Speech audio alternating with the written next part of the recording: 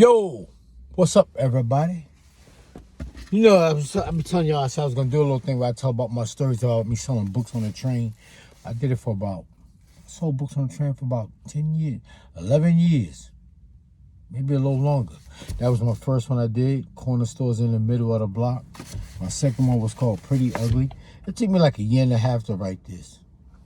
And then I wrote Don't Beat Your Children or They'll Turn Out Like Me, which is my poems and my jokes. And then I got this one out. I'm gonna make a part 2 to this one. Agitation Gets the Dirt Out. Because I did this on my cell phone. That's why I don't have a picture. I did it on my cell phone. That's why I don't have a picture on the back. But I was talking about like sub-stories. One day at the time I was married. And I had an argument with my wife, my then wife. And I left. And I was dressed up out in a seersucker suit that day. And so I'm on the platform. And this guy walks up to me like, you got $1? I was mad. Like I said, I was upset. So I said to the guy, get the fuck out my face. It was a young guy. And so he stood there like he couldn't believe I said that. I said, you heard me, get the fuck out my face. So he walked off and I went my way. Then, before the train came, he started walking my way. So I jumped on the train. He jumped on the train. The train didn't leave right away. So I jumped off and went to another car. He jumped off and went to another car. So I walked to the front. I walked to another car and jumped off and jumped back on. He jumped off and jumped back on. I put my bag down and I started fucking him up. I just started swinging on him. I'm not going to ask no questions.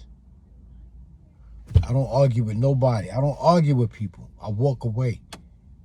And if I can't walk away, then I'm going to do something. And we fought, and I was railing on his ass with a suit and tie and everything from Kingsbridge to Fordham Road. When the train came, he jumped up and ran. And that was the end of it. And I went and got my bags. I had to go back home and change clothes real quick because my clothes was ripped up. But that's my subway story.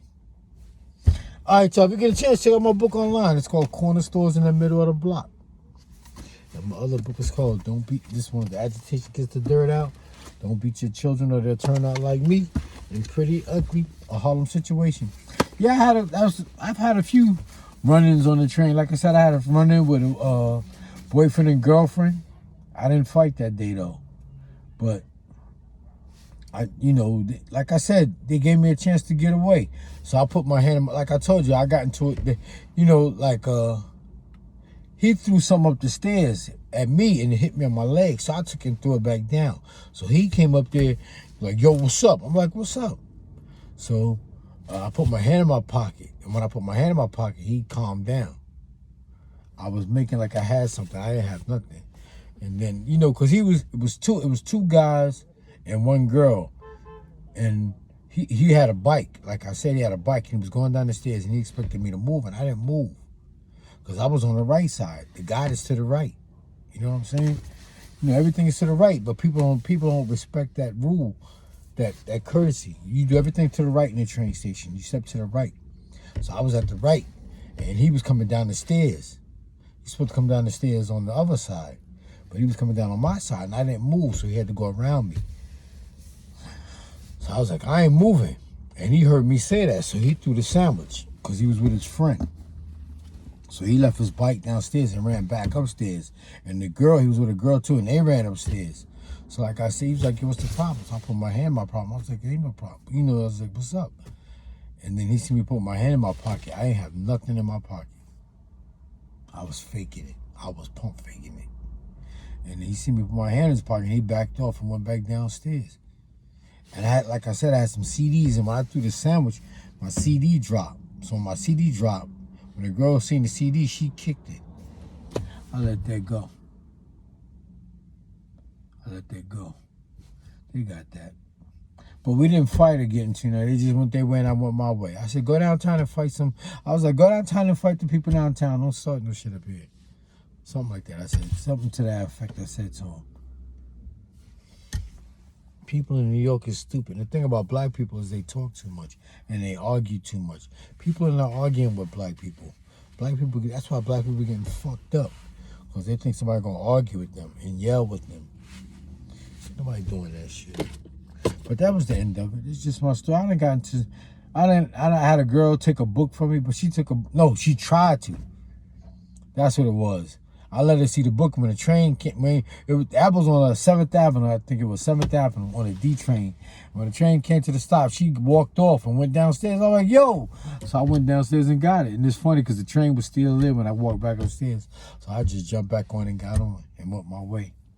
I got so many stories. I got a time when this one guy he was like, yeah, I see you. He was drunk or some shit. That was on 155th Street on the D train. He started bothering me.